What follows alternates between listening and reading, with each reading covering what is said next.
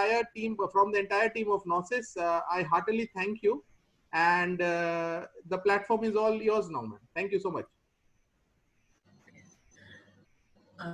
Thank you so much, Shoikat. And thank you, the entire team of Gnosis, for having me here today.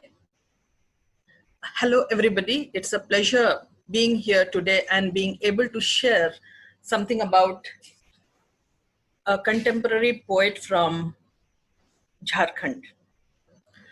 I will begin by saying that when I say Jharkhand, people look at me twice, always.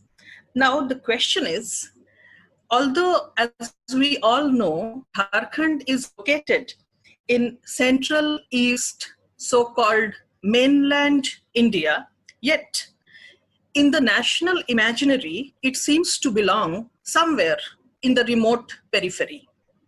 That is the reason why, if you say Jharkhand, many brows are raised. Now, the word Jharkhand, it comprises two words, Jhar, that is bush, tree, and Khand, which is a piece of land, that is the land of trees. That is where this poet comes from, and that is where I am located at the moment. As many of you would be knowing, Jharkhand was carved out of Bihar in 2000, and today, surprisingly, it has only 26.3% tribal population. That is, in a state that was carved out especially for the tribal communities, today they are a minority comprising only 6.3% of the population. If we move a little further, you see, if we talk of development in a country like India, obviously, and Shoikat was talking about decolonizing, obviously it becomes intertwined with concepts of social justice and equality. And it is especially so in a state like Jharkhand, which is, you see, mineral rich, yet so poor. I would just to contextualize the situation, I would mention very recently, I was in Rajamundry, and I happened to stand at the station, and I found a train going past, a goods train. There was some kind of mineral, and each one from Jharkhand.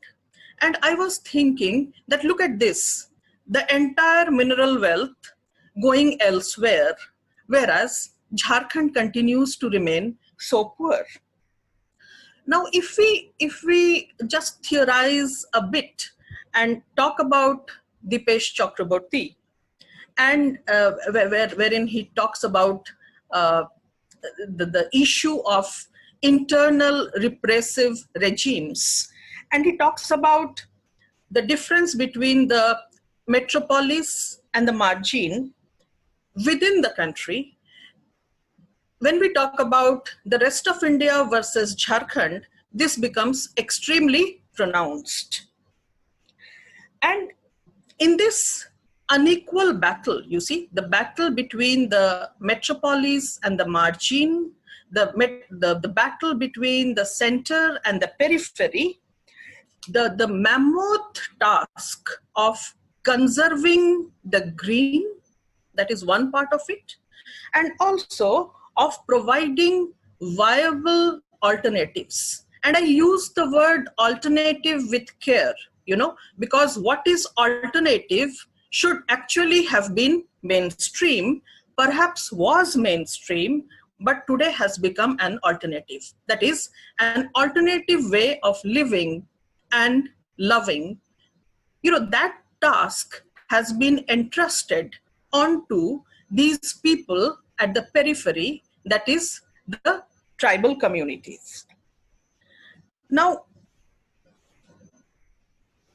in this unequal battle, the tribal communities wage a constant war with the land mafia and also with the mining giants on an everyday basis. Herta Müller, the Romanian German Nobel laureate of 2009, I was fortunate to listen to her. She had talked about the concept of everyday terror. When we talk about everyday terror, when we talk about fighting an unequal battle on an everyday basis, this is what I mean about the reality of Jharkhand. It is in this context that I would like to talk about Jacinta Kerketa, who comes from the Kuduk or Orang community. Now, Jacinta Kerketa has a dream. She talks that she wishes to become a poet of the people, right? And hers is a voice of resilience against desperate odds, against the earth torn asunder, and also of communities struggling for jal, that is water, jameen, that is land, jungle, that is jungle we all know, zamir, identity, integrity, and zuban, that is language. I will now like to share the screen and show a couple of slides. Can I do that? Yes, ma'am. Okay.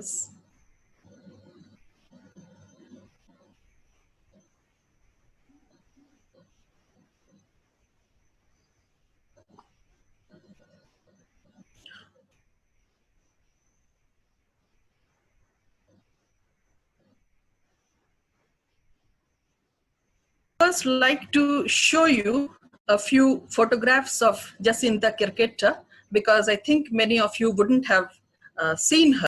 This is one more photograph of her. Is it visible? Everyone is able to see? Yes, ma'am, it's visible. Okay, thank you. This is one more. And this is my favorite photograph of Jacinta Kerketa, where she is seen looking at a hillock close by. And every time I look at that hillock, I think that maybe the next time she sits there, the hillock wouldn't be there. It would have been dynamited away to make concrete jungles elsewhere, somewhere in the cities. She has two collection of poetries to her credit. The first is this. It is called Angor, and she writes originally in Hindi, but her books are bilingual with an English translation. It is called Angor. Angor in English would translate to ember. This was published in 2016. The next book, this is called Land of the Roots, Jadon Ki Jameen. This was published in 2018. Now, if we move a little further down, you see, it is very interesting that in her community, as in many other tribal communities of Jharkhand, the community shares an umbilical connection with nature. Earth and human are not two separate entities. They are inextricably intertwined. Life for one is life for the other. Death for one is death for the other. And perhaps you'll be surprised to know that is why, when a child is born, the umbilical cord is buried in the main entrance of the house in many communities. The first poem that I'm going to read a bit from it talks about this. It is called Prithvi Ki Nabhi Mein. I think it is visible on the screen and you can take a look at it. It says, मैं ढूंढता हूं वह जगह जहां गाड़ दी गई थी मेरी नाभि की नाल. In English, it says, I seek that place where had been buried my umbilical cord. If we move down and come to the end of that poem, it says, तलाश रहा हर काल अपनी ही नाल पृथ्वी की नाभि में. Every time an age seeks its cord in the navel of Mother Earth. The next poem that I have chosen is called Sahib Kaise Karoge Kharij. Sahib, pray how will you dismiss? You know, herein we have to note that her voice, you see, is articulate, gendered, and an insider's intervention. You see, it is not somebody speaking about tribals. It is a tribal voice, and more so a tribal woman's voice, and that is why it is so important. I will read a little from this poem. Look at the end of the slide, please. Sahib एक दिन जंगल की कोई लड़की कर देगी तुम्हारे व्याख्याओं को अपने सच से नंगा. Sahib, a day will come when a girl from the jungle will lay bare with her truth the sham behind your rhetoric. लिख देगी अपनी कविता में कैसे तुम्हारे जंगल के रखवालों ने तलाशी के नाम पर खींचे उसके कपड़े, कैसे दरवाजे तोड़कर घुस आती है तुम्हारी फौज उनके घरों में, कैसे बच्चे थामने लगते हैं गुल्ली डंडे की जगह बंदूकें, और कैसे भर आता है उनके कलेजे में बारूद. In her poem, she will disclose the way your forest guards, in the name of search operations, lay their perverted hands on her clothes. The way your troops break down doors and barge into their homes, how children pick up guns as if they are gulli danda, and how their hearts get filled with gunpowder. Sahib, एक दिन जंगल की हर लड़के लिखेगी कविता, क्या कहकर खारिज करोगे उन्हें? क्या कहोगे साहिब, यही ना कि यह कविता नहीं समाचार है? Sahib, there will come a day when every girl from the jungle will write poems. To dismiss them, what will you say? What will you say, pray tell Sahib, that this is no poetry, but a news report, a story, isn't it?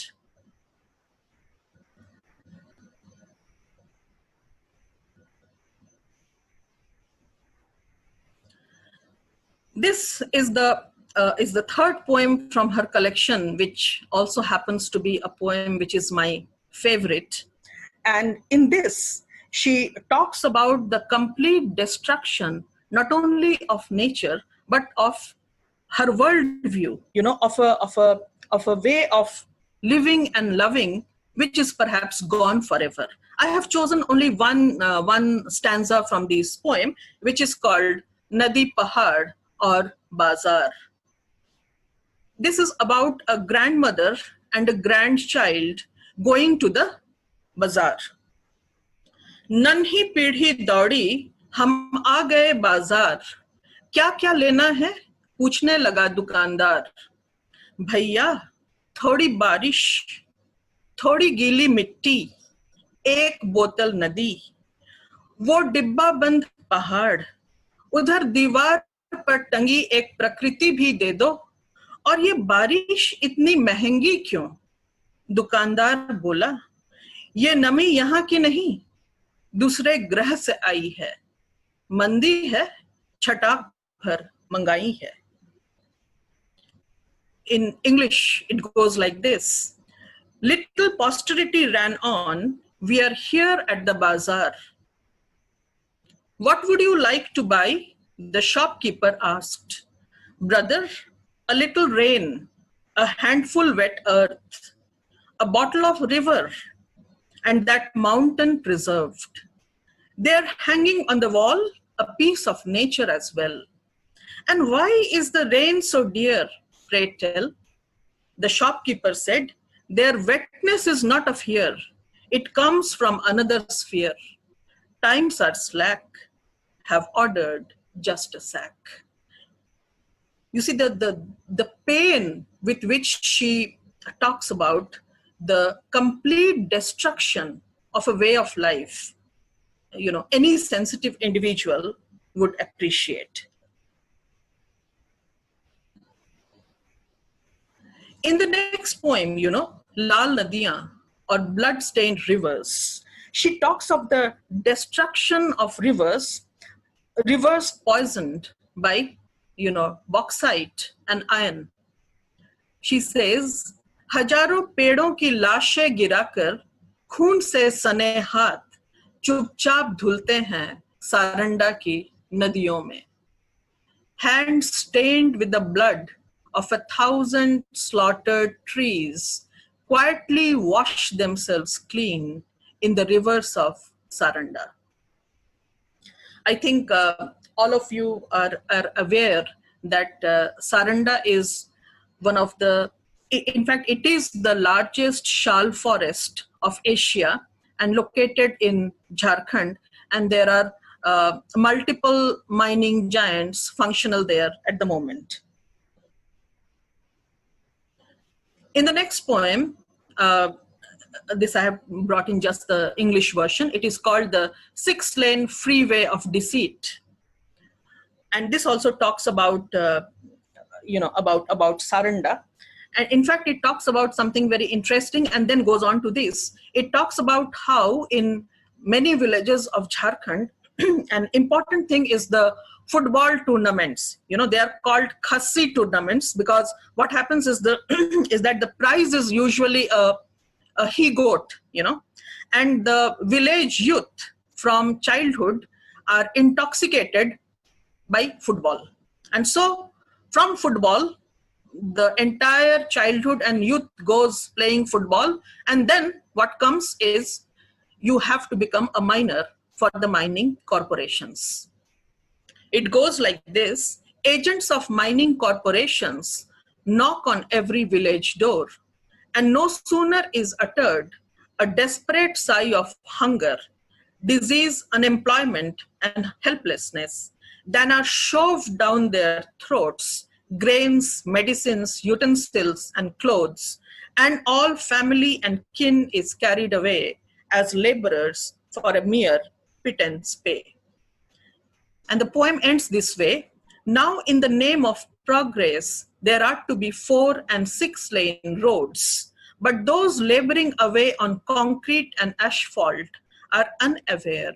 They know not how many more lanes of deceit run through the forests of Saranda. Just a couple of years back, I had gone to Saranda in peak winter in December from Ranchi, and I had thought that it would be very cold. But I was surprised that it was not at all cold. In fact, it was quite warm. And then I realized what was happening. That is, there were 24 hours dynamite blasts going on. And it's almost as if you could see huge gaping wounds across the body of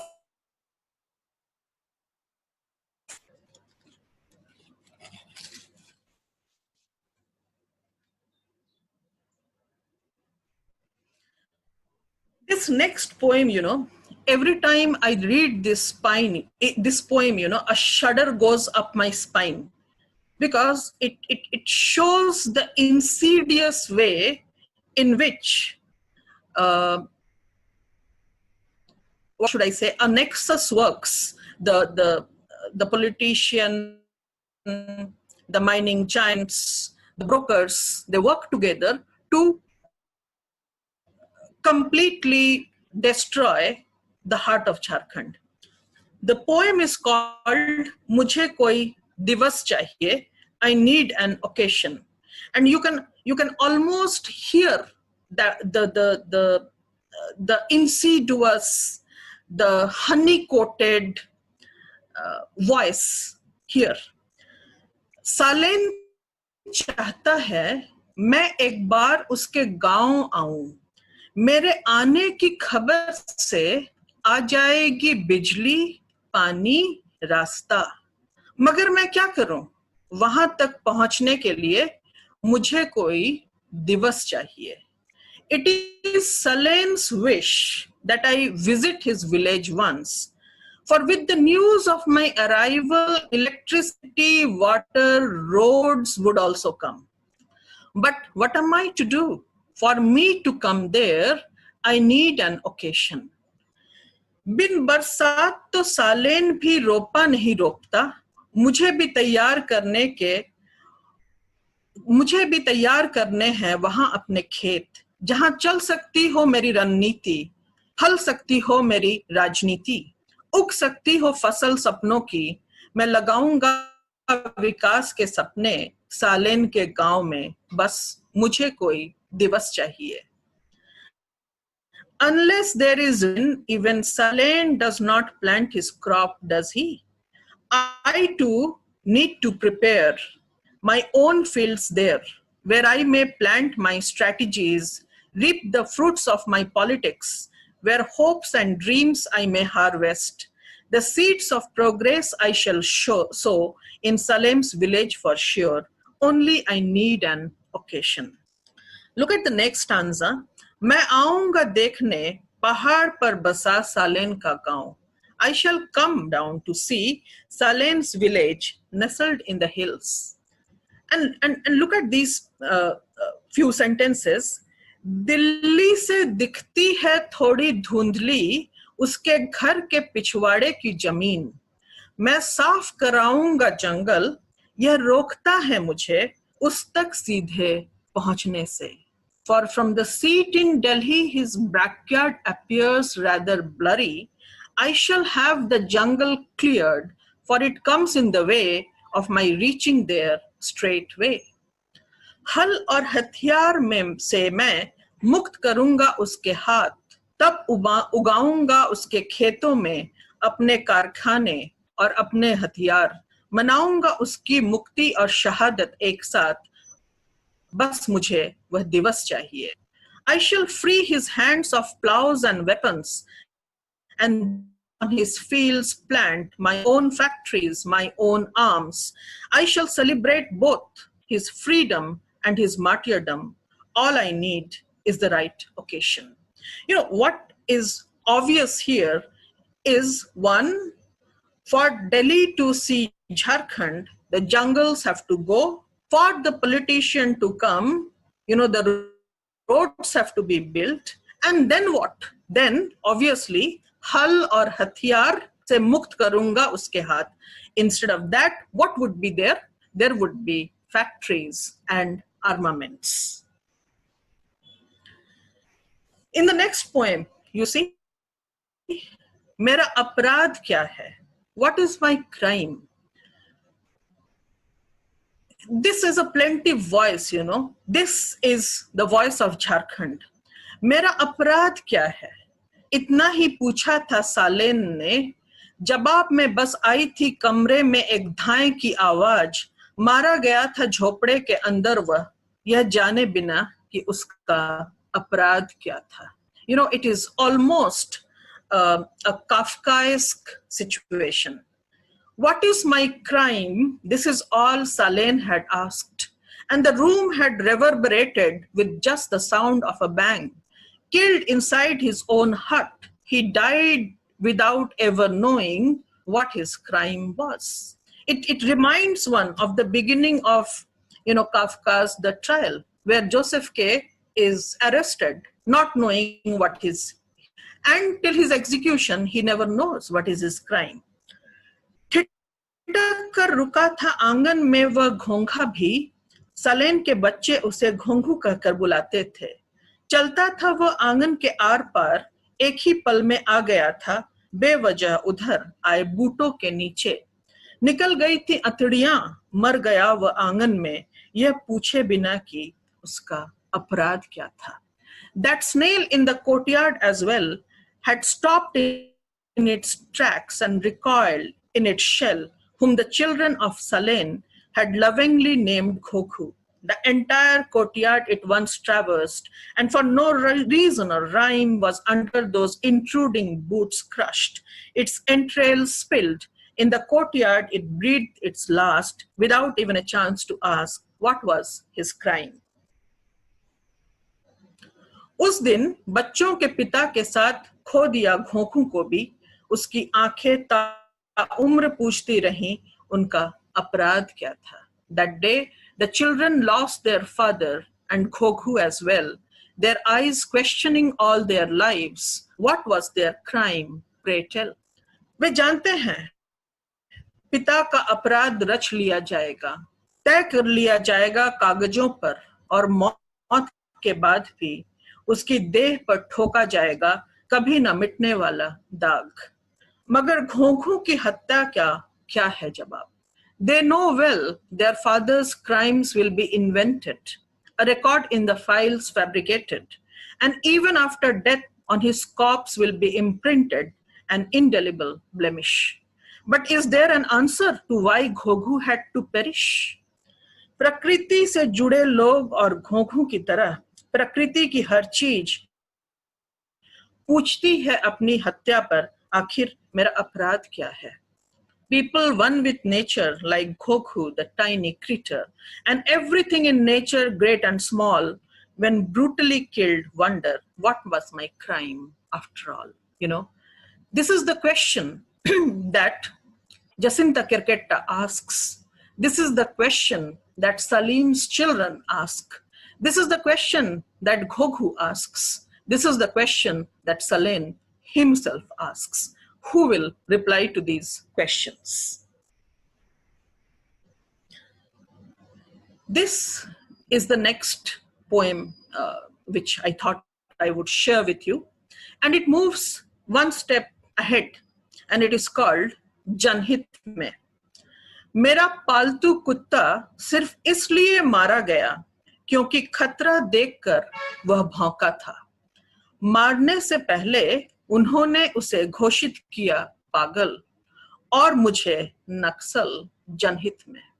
In English, the poem is titled In Public Interest. My pet dog was murdered for the sole reason that it had barked on seeing a danger. It was declared rabid before being killed, and I a Naxal in public interest. So this whole issue of who is a Naxalite and the discourse behind it, that also needs to be interrogated. The next poem, and as we move further, the poems of Jacinta Querqueta seems to become smaller and smaller and more loaded.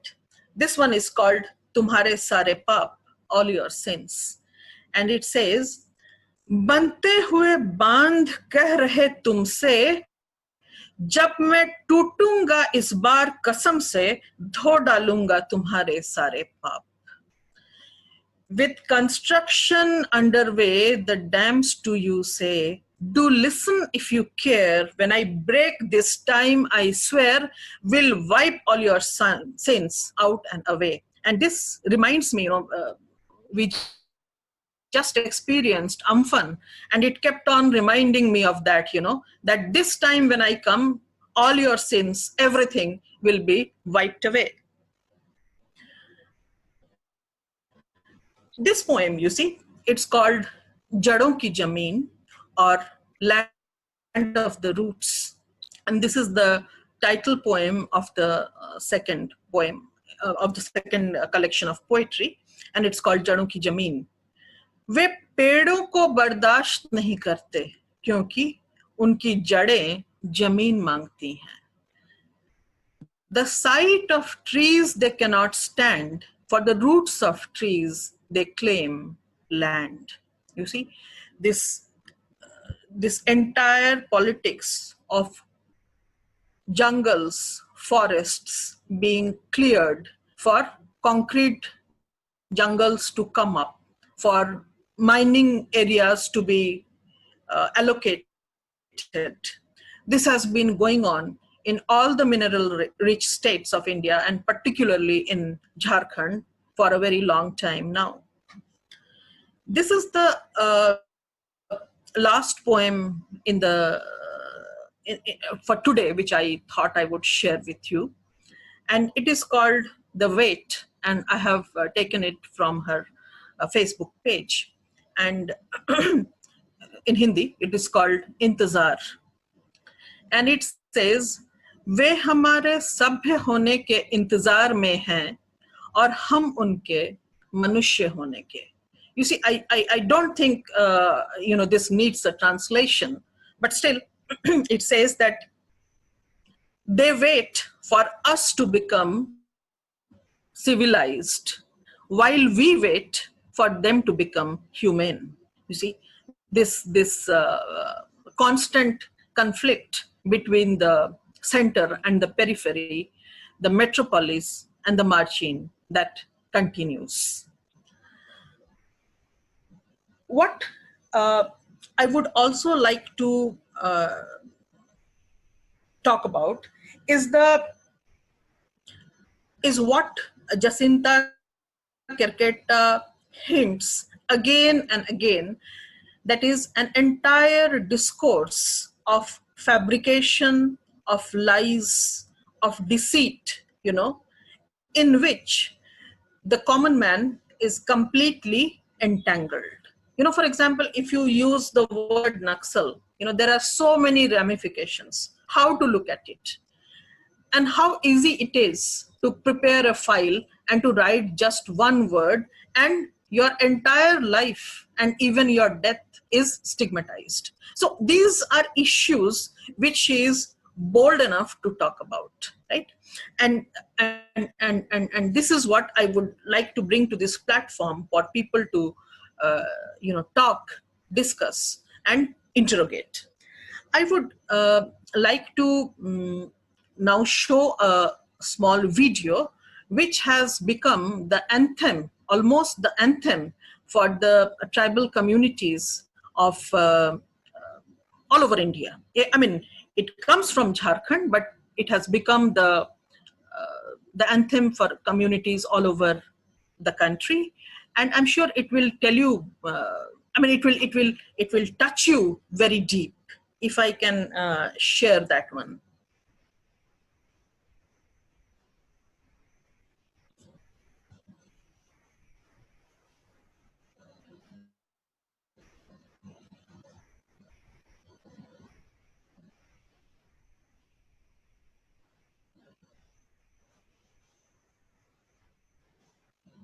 Can you see this? Can you see the video? Yes, ma'am. Okay, okay.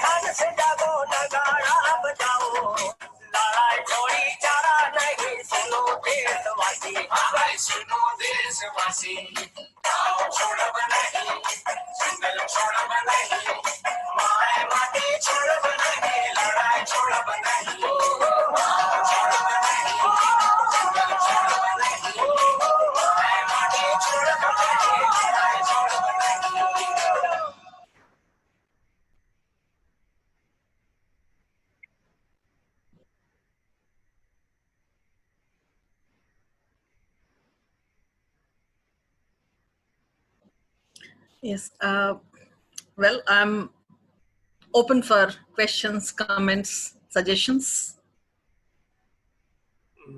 Ma'am, first of all, before I take the questions, as the host of this lecture series, I can tell you that this is one of those lectures which has completely,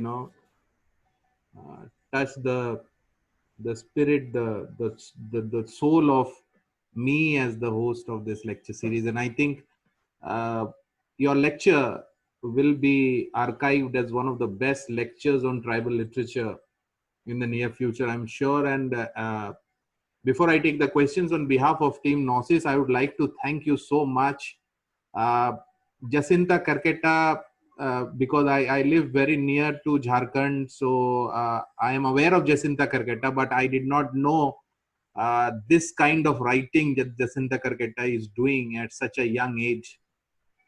And kudos to you for introducing such a strong tribal regional uh, writer to this world of academia, to this international audience.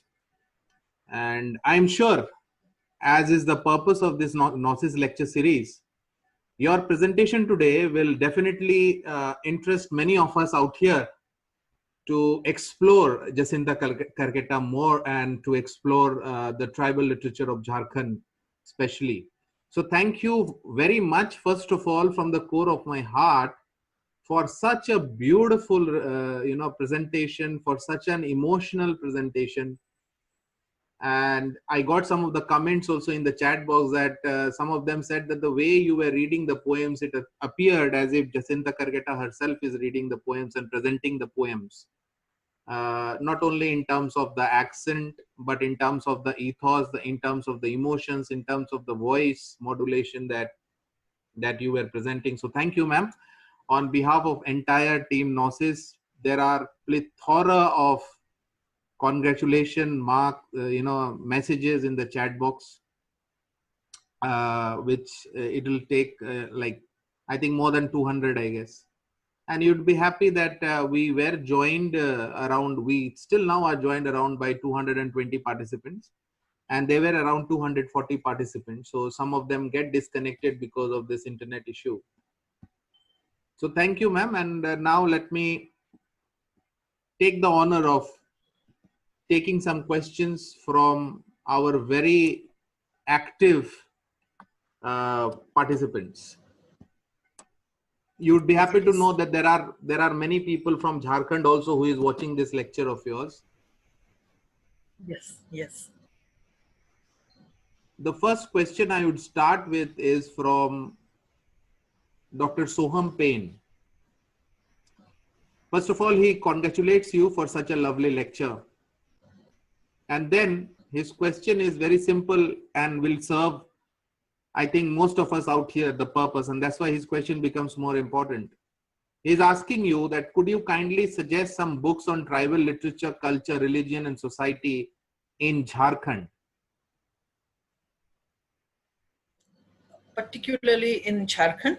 Yes, yes, yes.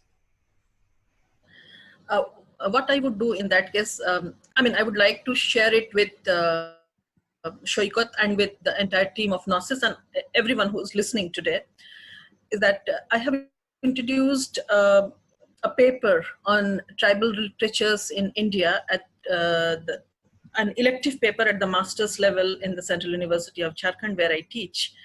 And in that I have included tribal writers, not only from Jharkhand, of course from Jharkhand, but also from other parts of the country, including writers from the Northeast. So what I would do is I can share the entire reading list with you, which can then be circulated to the participants if that is fine, instead of me telling one book at a time or something like that. Yeah, that will definitely serve the purpose. Will that be more helpful? What I will do is at the end of your lecture, because these lectures will be uploaded in YouTube channel, at the end of your lecture, I will list the books in the video itself. And we also have a series like the questions which are put today to you. These questions will be sent to you via mail, and at your time, whenever you are free, you can answer these questions, and we will publish it in the forthcoming issues of Gnosis. And that would be lovely. I think that would serve the purpose. Yes. That would be available on the open domain. Okay. Okay. That would be wonderful. Yes. Ma'am, the second question is from Navita Negi. She's an assistant professor in University of Delhi. Her question is, modernization and industrialization has apparently reduced the gap between the tribals and the non-tribals, but it has also created new problems. That's erosion of identity. In the garb of development, tribals have been displaced from their land and root. What is your take on that? No, see, this is, I'm glad this question has been asked, because this is a question which is very close to my heart. You see, prior to teaching in Jharkhand, I was teaching at Arunachal Pradesh, and in both these places, many of my students were from different tribal communities, and I have seen from very close, like I would ask my students, do you speak your own language? They would say no. Then I would ask, do your parents speak that language? They would say a bit. Then I would ask, do your grandparents speak the language? They would say yes. You see, so what is happening is that the language, Zuban, is disappearing, and with that will disappear an entire worldview. So what has remained is the traditional attire. This is what I find. Festivals of whose significance this generation is not aware of.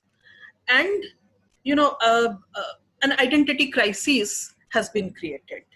You know, I also have a problem with this issue of modernization and development reaching the communities, because if you travel in a state like Jharkhand from Ranchi to just maybe 20 kilometers, you will see the difference. You know, you don't have to travel far.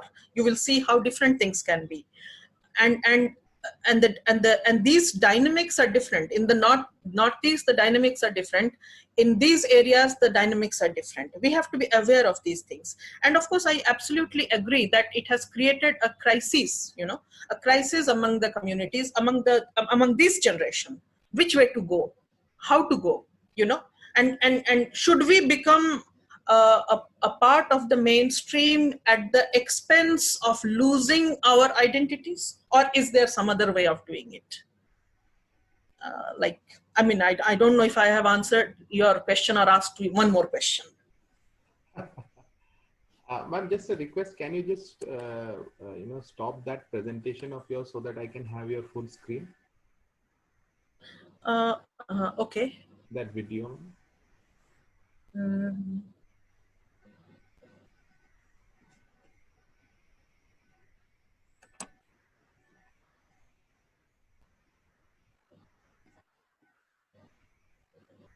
Yeah. Yeah. Absolutely. Is this okay? Yeah, absolutely. Thank you. Yes. The next question, ma'am, is from Dr. Sampriti Bhattacharya from Presidency University, Calcutta. First of all, I quote her. She is congratulating you. I quote, "Absolutely loving this lecture, ma'am. I have had the privilege of reading some of Mahasweta Devi's writings on tribal communities in Jharkhand, both in the original Bengali and Spivak's English translations. Whether the subaltern can speak remains a debate till date. Is Jacinta Karketa's poetry an answer to the question that Spivak raises?" In a way, yes, because as I mentioned during the course of my lecture, you see, that for the first time, you have a voice, and that too, the voice of a woman, a tribal woman, who is speaking about the issues that not only encompass her community, but also the women of the community especially. So in a way, yes, maybe we can say, if we talk about the, you know, the politics of representation, that this is one place where the voice that you hear is an authentic voice, a genuine voice, a voice which comes from the roots. You know, it is not an ivory tower voice that is reaching out to you. It's a voice from the roots that is coming out, you know. And this is what Shoikat and I, we were talking about last evening. You know, the issue is not about sitting somewhere far away from the community and writing. The issue is about being with the community, feeling for the community, and writing about the community. You know, you will be surprised that Jacinta Kerketa has a bullet and she travels in that from village to village. You know, she is associated with different community services. She stays there, she works there, and she writes from there. And that is why when she says that, you know, gaon ki har jungle ki har ladki likhegi kavita, it rings true, because that is what she is doing herself. You know, it is not utopia. This is what she dreams would happen, and that is why she wants to be called a poet of the people. You know, so in a way, yes, it is a voice coming from the grassroots. The subaltern, if you want to put it that way, is speaking. Thank you, ma'am. That is what I was discussing with Lesa Molloy, who was delivering lecture a few days back from an African writer from South Africa. He's teaching in the Department of Development Studies. When I teach African literature, and when I read African literature, and in the same way I read Indian literature, I find that I don't get that flavor in Indian literature, because as you said just now, that people like Jacinta Karketa are missing in our academia.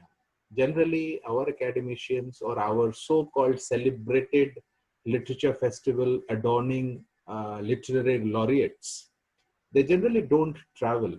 I'm not talking about whole, but I'm talking about the majority. And even if you want to talk to them, you don't get an opportunity to talk to them. You have to talk to their corporate capitalists, agents, in order to get in touch with them. Yeah. So that is why Jacinta Karketa has a lot of similarity with the kind of writing that Adichie does nowadays. So Jacinta Karketa is, I think, one of the few who stays with the group, who stays with the clan and writes for her clan. Thank you so much, ma'am. And the incident that you have given with Jacinta Karketa riding in a bullet and traveling from village to village, I have a question on that. This is Swetal Ramachandran, a PhD scholar from the Department of Women's Studies, University of Madras. And I quote her, "Such striking poems and wonderful rendition by ma'am. My question is, how far Jacinta Karketa's attempts of such resistant poetry has penetrated into the mainstream?" Question number one. And question number two, could you please also touch upon the challenges faced by her in the process?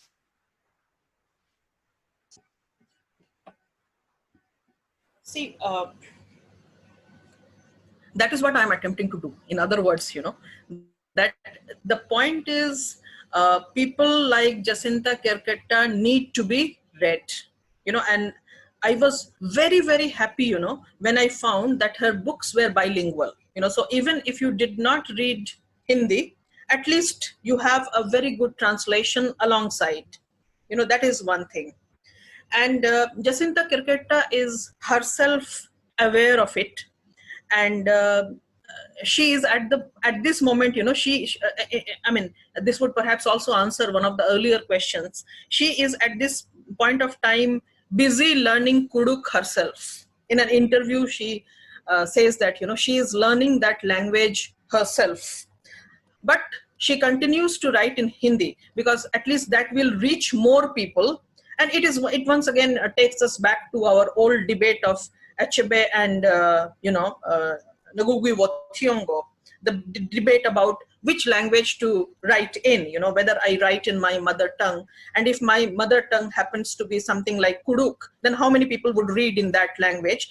And then if I write in Hindi, it obviously reaches out to more people, and that has become more of my mother tongue, because you see, many of these communities, this generation, do not really speak their own language. And then it comes with an English translation. She talks about this. She talks about how difficult it is to reach out to the masses. In fact, there are two wonderful interviews of Jacinta Karketa, which I will also send to Shoykot so that it can be shared with the participants, where she talks about these issues. Thank you, ma'am. Dr. Nikita Mishra from Gondwana University. Her question is, why modernization has become synonym to decline of our regionalism? Sorry, I didn't get you. I repeat, ma'am. Dr. Yes, Nikita Mishra from Gondwana University. Her question is, why modernization has become synonym to decline of our regionalism?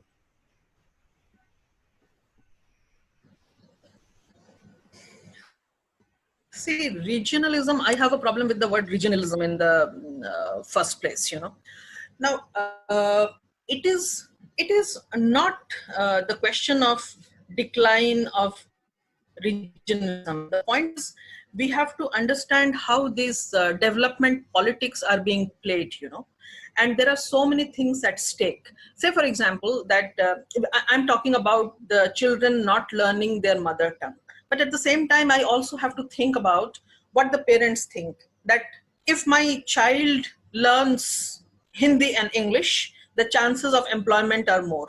If my child studies in a good school, the chances of employment are more. These are issues, these are practical issues, which one has to think about.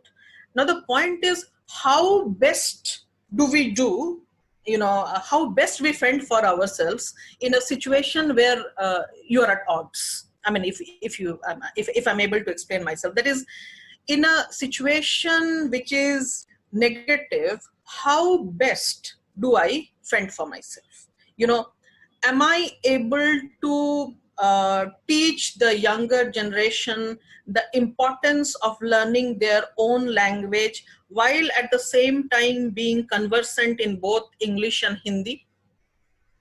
You see, am I able to inculcate in them the values of their own community while at the same time generating an interest in the mainstream values? These are the things, and I will give you one very good example.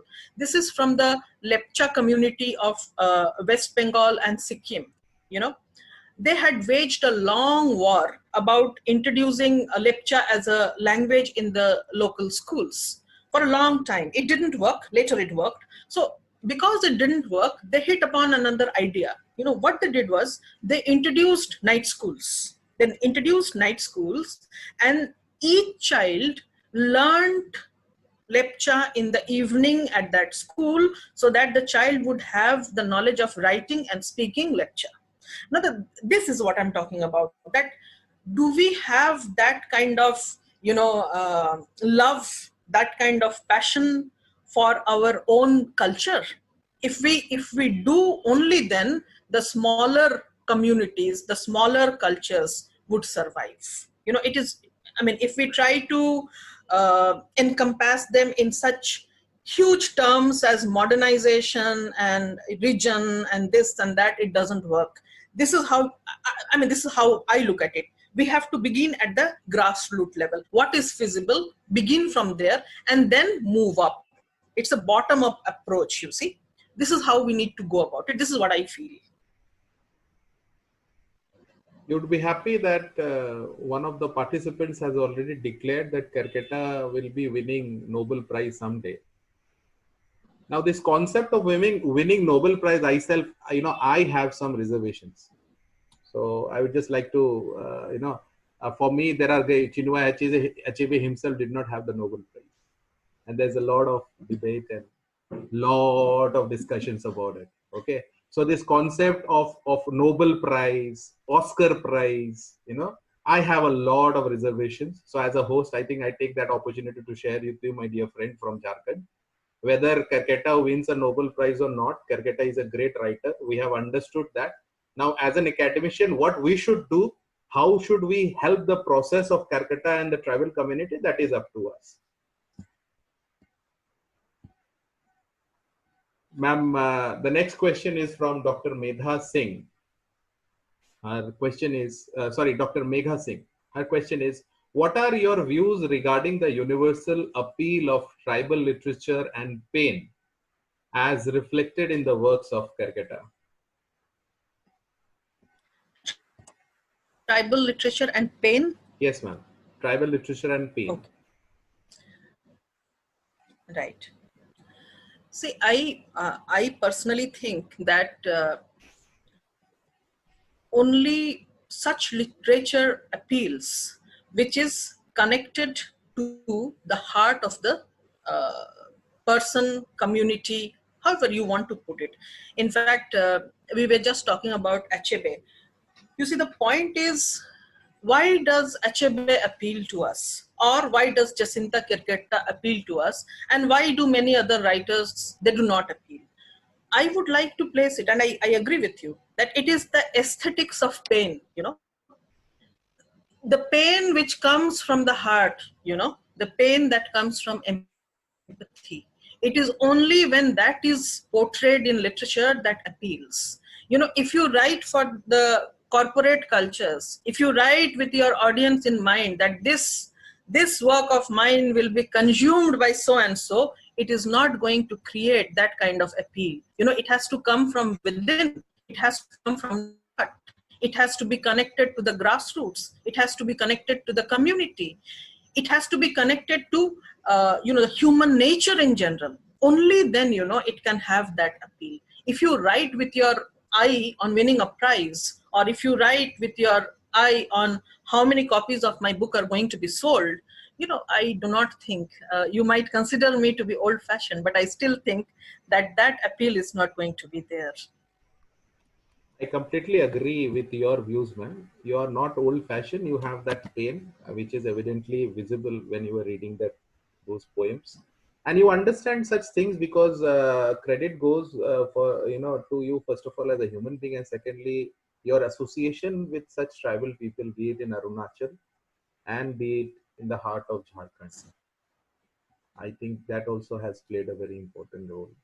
I have a question from Dr. Muhammad Akram from Pakistan.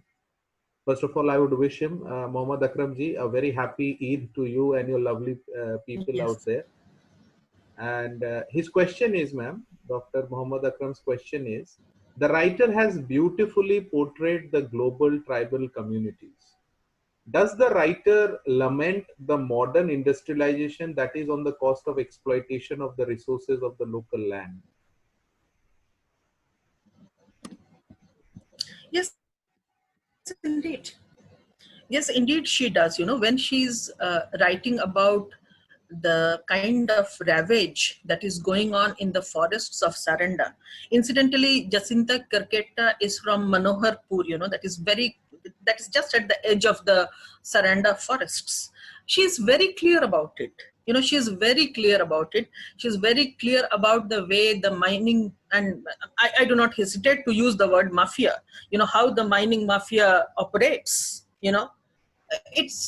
it has completely ravaged one of the most beautiful forests in the whole of Asia.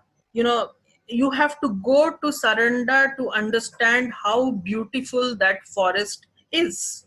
And you also have to go to Saranda to understand the wounds that have been, gouged into the body of Saranda.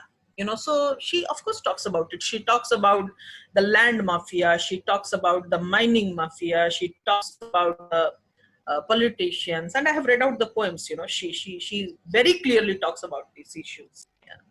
I think many of our And she makes participants. it a point not to Yes, ma'am, please uh, carry on. and no and she makes it a point not to attend any of the literary fests. Wow, lovely. Lovely. That makes me a hardcore now fan of hers. As I was sharing with you, many writers really look forward for literary fest. And I talk to many writers, and the moment they say, "Oh, lovely, I was there in the Jaipur Literary Fest," I understand. Okay, fine.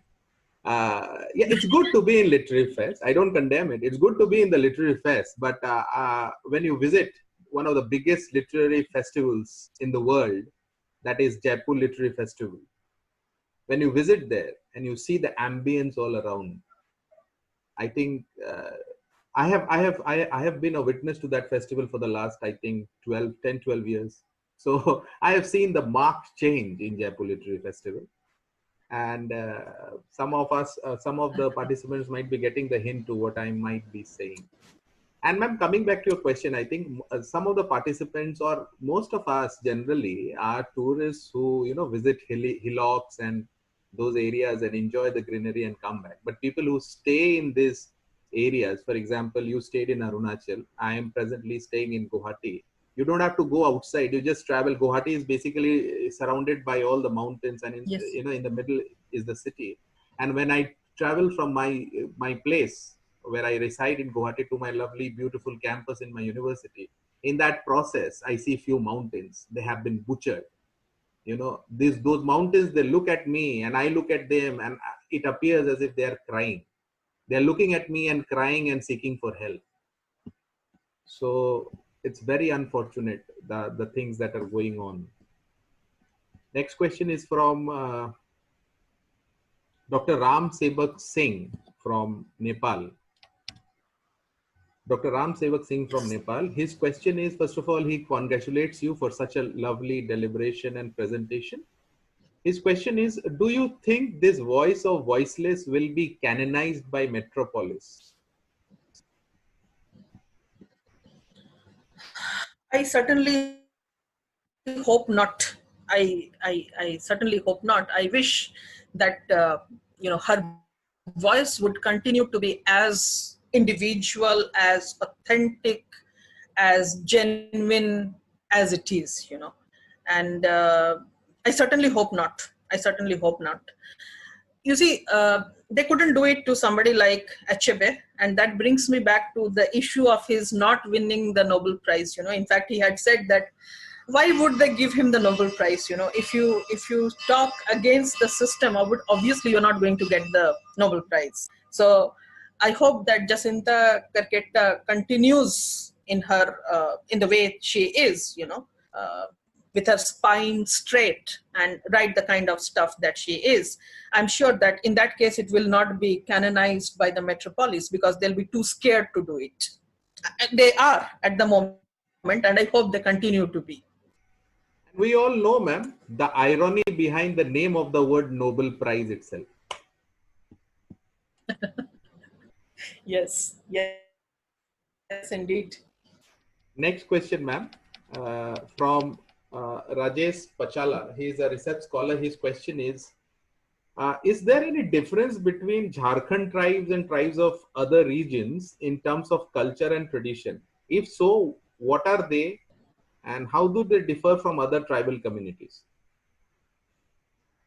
You can choose your answer, ma'am. Well, see, each tribal community is different. In fact, that reminds me of a wonderful essay by Binyavanga Wainana, the wonderful writer from Kenya, who I will suggest all of you to please read. It's a small essay which is called How to Write About Africa, in which he says, that Africa is not a country, it is a continent. And the Africans are not collective beings, there are thousands and thousands of different communities in Africa. And the same applies for India, you see. Each tribal community is different. Each one has its own culture, its own language, its own traditions, its own worldviews.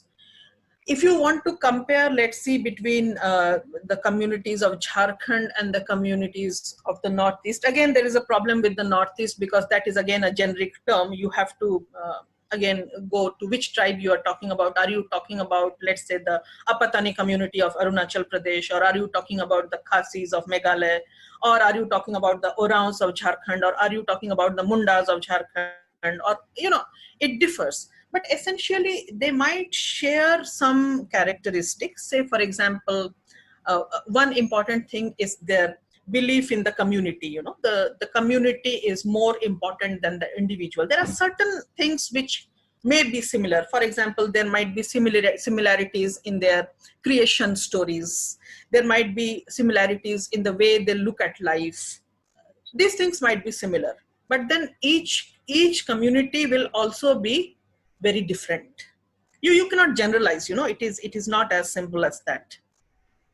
I hope I have answered your question. Yes, ma'am, of course. Next question is from Ashwin Patel. He is an assistant professor in Maharashtra. His question is, ma'am, can you compare and contrast the poetry of Jacinta Kerketa with other tribal poetess like Usha Kiran Atram from Gondia, Maharashtra? Also some of the other tribal poetess.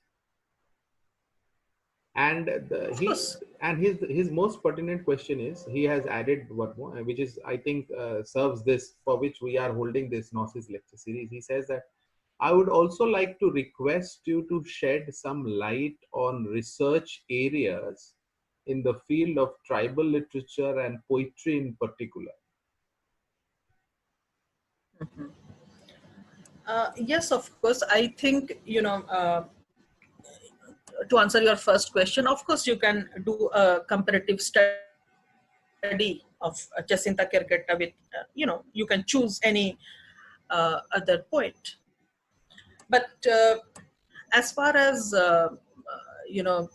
research areas are concerned, I think that these are areas which need to be researched at this moment. Say for example, you can do a comparative study. Why choose tribal writers only from India? You can choose tribal writers from India, and you can go and choose a couple of writers from, let's say, Nigeria, or you can choose from Ghana. You can do it on the basis of the area of interest. Say you're working on um, protest poetry. So it's not necessary that you choose only from India. You can choose somebody from India, and you can choose somebody like Ken Saro-Wiwa from Nigeria, for example, or you can choose somebody from a Maori poet from New Zealand, for example. It is up to you how you want to work on it. But this is an area which definitely has a future.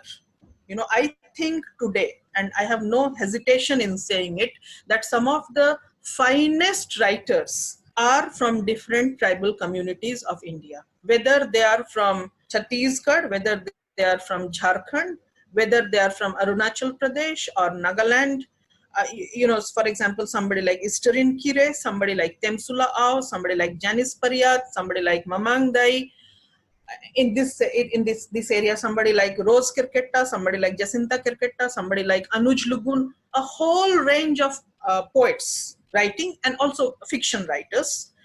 You are free to choose, instead of choosing the overworked canonical British American texts. Please choose these writers, please. You will have added so much more to academia. You can interview these writers. You can go and spend time with their communities. From English you can move a little more towards culture. Go there, meet the communities, talk to them, look up their festivals, look up their rituals, and write about it. I think these are the areas on which you can work. In fact, I also think that you can work on their songs, on the tribal songs, on the tribal riddles. You can choose communities, work on those areas also. There is a lot that you can do. I hope the teachers will encourage the researchers who are attending these participants, and the researchers will, somehow motivate their respective teachers to take these challenges of delving into the new fields where resource materials are few and one's own creative writing needs a lot of polishing and delving, introspection. So please, it's my humble request, and from the team Gnosis, this is our objective. Please encourage the teachers, please encourage your researchers, and the researchers, please motivate your teachers to work on these interesting fields, be it for the MPhil dissertation or be it for PhD. You can start with the MPhil, you can start with the MA final dissertation, as will I do, that's for sure. Yeah, apart from Jacinta, somebody has suggested Sarah Joseph also from Kerala. She's also doing a good work in this field. So yeah, ma'am, the next question is from A.B. Chuchar. The question is, ecology is a matter which has been tackled by many authors, poets, filmmakers all over the world.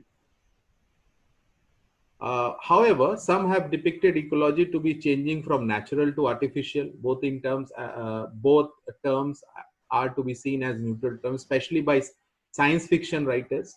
So the question is, how would you see this kind of stand taken by some authors, which seems very opposite of what is happening, basically? Hello, hello, Shilpat. I couldn't get the last few words. Yeah, A.B. Chuchar is saying that ecology is a matter which has been tackled by many authors, poets, and filmmakers all over the world. However, some have depicted ecology to be changing from natural to artificial. Both terms are to be seen as neutral terms, especially by science fiction writers.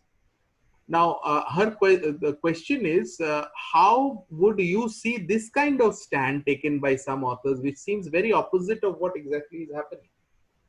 I think they are meaning for this, mining and all that. That is what he is meaning, I guess. Okay. See, the point is, if you are talking about ecology, and I mean, in other words, if you're talking about environmental issues, how we look at it is very important. It is not just the question of the Saranda forest being destroyed. It is also the question of how our children who grow up in apartments never see any green. You see, it is not only about jungle scapes. It is also about urban scapes. How do we look at it? You know, why? What is it that draws all of us for a few days to nature? Why? If we are so comfortable in our AC rooms, what makes a majority of us go to the forests, go to the mountains, for example? And why is it that during this lockdown, all of us are sharing travel posts? Tell me. It shows that somewhere in our heart, somewhere we are from nature, we are close to nature, and that is where we want to go. And that is why Jacinta Kirketta's poem, that touched me, that this umbilical cord, it is buried somewhere in the lap of mother nature. That is where we want to go. So this is what we have to think about. The question is not as simple as a binary between nature and culture, or natural and artificial. It has become much more complex than that. And how best do we survive? We have to think in terms of our well-being. And by well-being, I do not mean only intellectual well-being. I mean our emotional how do we best live in these kind of uh, very difficult scapes, so to speak? Thank you, ma'am. Nida Ambreen says, her question is, Arundhati Roy says that, I quote, it is only a democracy of some people, only for rich, elite, and powerful. Now, Nida's question is, what is your say on this in the present scenario? I think most of us will agree with that. Don't you think so? That every time you think about this quotation from Arundhati Roy, you are also reminded of the Barmecides feast in the Arabian Nights. That it is supposed to be a feast for equals, where some are more equal than others. This is how I look at it. A feast of equals where some are more equal than others. That is how democracy works, unfortunately. And in today's this pandemic situation, it has become very clear, very, very clear, I think, for any one of us who is sensitive. I don't even think we need to talk about it. It's obvious. It's very, very obvious. Very rightly put, man, and very aptly put. I would take the last question now. This is from Dr. Asha Prabhakaran. Asha Prabhakaran is an assistant professor from the University of Kerala. First of all, she thanks to you. I quote her, a huge thanks to you for having introduced a writer like Jacinta. Her question is, how can the cultural specificities of smaller communities be conserved when in contemporary India, war cries are raised for a one India sans all differences, without all differences? That's what she means. No, as I told you, that we are living in very difficult times. Very difficult times, where sometimes each day becomes like living in a battlefield. But then does it mean that we leave the battleground? I am an optimist, you see, and I am a fighter. So I would say no to that. So in that case, the question is, as I told you, that while on the one hand, obviously there is this, what should I say, there is this homogenization approach, definitely. On the other hand, perhaps you would have noted that among the smaller communities, there is also this revivalism going on. Like when I grew up as a child in Jharkhand, I really did not see so many Sarna sthals, or I did not see the Sarna flag. But now in many communities that has become the nucleus around which the communities are gathering. They have to find certain totems around which they can congregate. So the point is, one has to understand what are one's priorities, and then how best to work on those priorities. If we think that, and that reminds me of Arvind Adiga's The White Tiger. I mean, I'm sure many of you have read it. It's not that I agree with everything that he has written, but what I always appreciated was the conclusion. Remember, he says that if each one of us thinks that we will lie on our sofas, or was it couch, on our couch, and watch the television and the detergent advertisements, and think that the revolution would come from somewhere else, that is not going to happen. The revolution, the battle has to originate from the grassroots, from yourself, from your own community. We have to fight. If we fight, we will win. If we expect somebody else will fight for us, somebody else will do our revolution, that is not going to happen. That has never happened. That is not going to happen. Thank you so much, ma'am. Well, this has been a very engaging session. I have many questions more, which as I told you, I will get it in a Word file and I will send it to you. And we can carry on this discussion of Jacinta Karketa. I'll be in touch with you, ma'am. She's a very interesting writer, and we are into formulation of different kinds of syllabus. We already have a paper called Northeast Literature. So definitely Jacinta Karketa needs to be introduced more in our academia in whatever form we can, we should. And I would heartily look forward to meeting her or interacting with her in the near future. She's a fascinating writer, no doubt about it. And thank you, credit goes to you for introducing such a writer to us. And your lecture truly justifies the objective of this Northeast lecture series. Thank you so much. For the many who doesn't know, I also could not introduce Dr. Shreya ma'am has been one of the founders of Central University of Jharkhand's Department of English, and she has served in the capacity of the HOD for a long time, and she is presently stationed there in Central University of Jharkhand. A very humble person as far as the reputation goes of her, and it was great, ma'am. It's an absolute honor and pleasure to have you, and the presentation you gave was very, very enlightening and very engrossing and engaging. Completely fulfilled the objective of the Northeast lecture series. Thank you for that. Thank you for sparing time. I know your mother is not keeping well. In spite of that, you have spent so much of time for us. Thank you for that. And we will keep in touch, ma'am. Thank you so much. It was an absolute pleasure. Thank you, participants, for joining in. I have sent all the details till Friday. Please look into the meeting ID details and log in at the specific time. Thank you, participants, for sparing your time. Thank you, ma'am. This is Dr. Shoykot Banerjee signing off. Thank you so much.